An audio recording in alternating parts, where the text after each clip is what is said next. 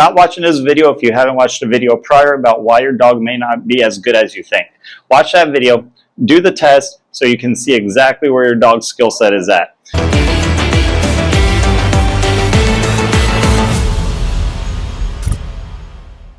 Stephen Jegritt with Strong Dogs USA.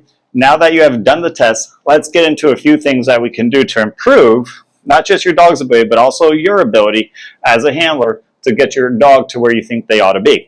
I'm going to give you 3 tangibles and intangibles, okay? I'm going to do the non-tangibles first, even though I know the tangibles are the more sexy one. You know, it's the luring and the shaping and all that good stuff that everyone just wants. But this goes back to the question I always get when people, you know, ask me, what do you do? Dog training. They all say, ooh, take my dog and train it. It's really not what this is about, okay? Hopefully you guys are learning that this channel is about, yes, helping your skills, helping your dog's skills, helping your dog's communication to do what you want, to be obedient, to be a good, solid house dog or even a sports dog or a demo dog, but hopefully increases your skill set as a handler as well, so that you have a symbiotic relationship with your dog, okay? So hopefully, yes, develops the dog, but also your skills as a handler. So this is where these 3 non-tangibles come in. First one is patience.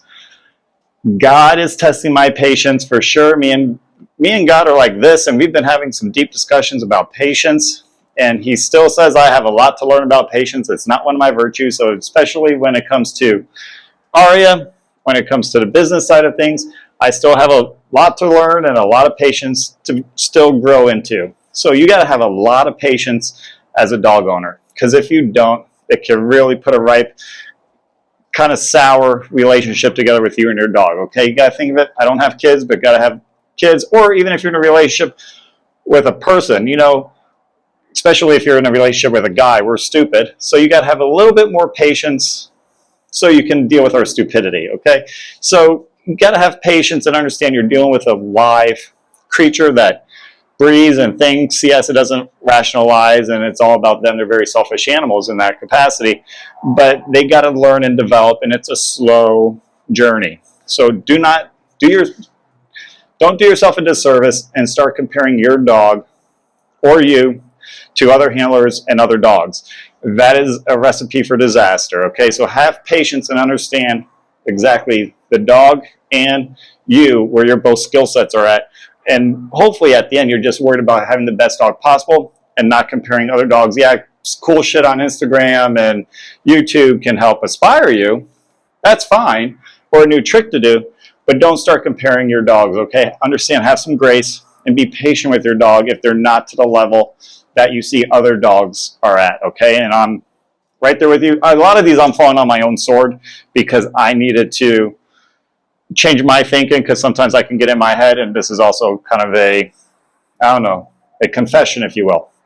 So have patience with yourself and with your dog, and you're going to have a lot easier time and enjoyable time developing both skills.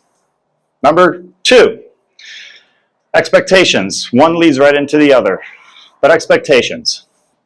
If your expectations are super high and unrealistic, and a lot of clients have that super high and unrealistic expectations, you're always going to be unhappy. You're never going to be satisfied with where your dog is at. So understand the expectations of the dog, because there's a genetic component, there's a skill set component, there's a how much time and energy that you put into those things. So if your expectations are one thing, but you're getting, and the third one will help with this as well, putting in something lower, not going to be satisfied. So make sure you got real expectations. You can have a higher bar for your expectations to strive to. That's fine, but don't live and die by that, okay? Don't have low expectations, don't have super high expectations, because again, you got to keep your emotions in check and understand you're dealing with the dog in front of you. Number 3, standards. Make sure your standards are not exorbitantly high and exorbitantly low, because you set the pace for everything. If your standards are so low, your dog's going to ruin you. They're going to run your life, run you over, and especially if you have high expectations but low standards and you have no patience, where do you think this is going to go?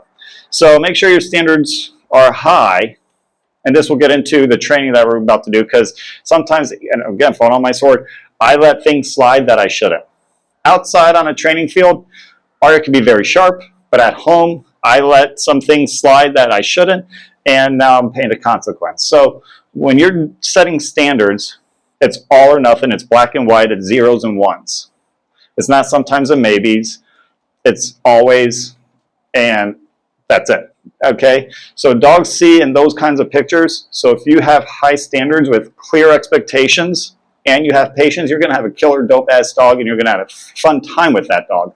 But if your standards are low, expectations are high, and your patience are low, that's friction in the wheels right there. That's friction in the motor, and you're going to grind them gears, and you're going to fall apart, and you're going to have a big wreck. All three of these need to work symbolically. They need to be on equal rhythm. They work cohesively. So have good patience, good expectations, and have good standards that you want to live up to. Meaning, don't reward something if you shouldn't, if it doesn't meet your expectations. I'm guilty of this. That's why I'm throwing this out there. Learn from my mistakes. So if your dog did something but it didn't quite meet where you want it, don't reward it, and only reward that you're happy with. So this makes all your training that more valuable.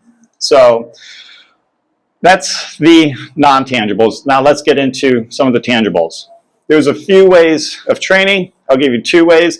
You probably know which way I kind of lean towards. So the first one will be when you get a puppy or a blank slate or even a new dog, is throw everything and as much as you can at that dog so they stay engaged, they learn a lot. It may not be 100%, you may not get A's across the board, but you'll get definitely solid grades. And then later on you can start kind of really nitpicking and fine-tuning some of those behaviors or those skill sets. That's the way I've gone. You can watch all the training videos. You see I've taught her a lot of movements and movement patterns and behaviors, but none of them are perfect, okay? So now I'm going to start fine-tuning those things. The other way, the flip side, would be learn one skill at a time until it's super proficient. Before it's, again, you've got high standards and it's proficient, then you can move on to the next behavior or skill set that you want your dog to develop into. So it may take longer. Absolutely, it could take longer, and it may be boring and repetitive, but your dog will be at least very solid on what you're teaching it and fine-tuning it to do. Dealer's choice, however you want to go about it, they kind of both end up in the same mark, in the same area, same timeline, depending on the dog, of course, and your skill set. But as long as you have patience and your expectations are real, you got high standards, you'll still have a dope dog. So why am I saying all this? Because I've taught her so much now I'm going to fine-tune it.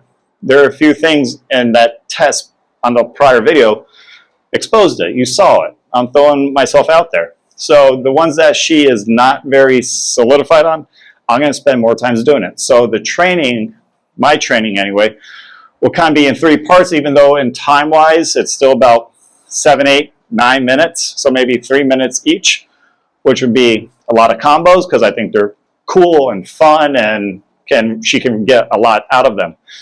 Third stage would be a little bit more IGP stuff, the downs and motions, the durations of focus heels, recalls, speed on the recalls, things like that. And then the last third, would be ironing some of the positions that she has kind of, not really, the last third would be some of the positions or behaviors that she isn't really proficient at, just call it what it is, that she's not very good at.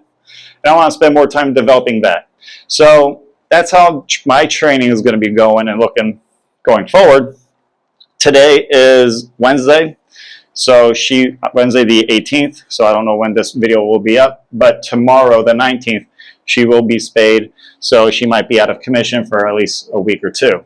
So if you haven't already, hopefully by my public service announcement, you haven't watched this video, but go do the test, find out where your dog is at, and then from there you can reevaluate and hopefully shed a light on where some of the training you have lapsed on with those non-tangibles.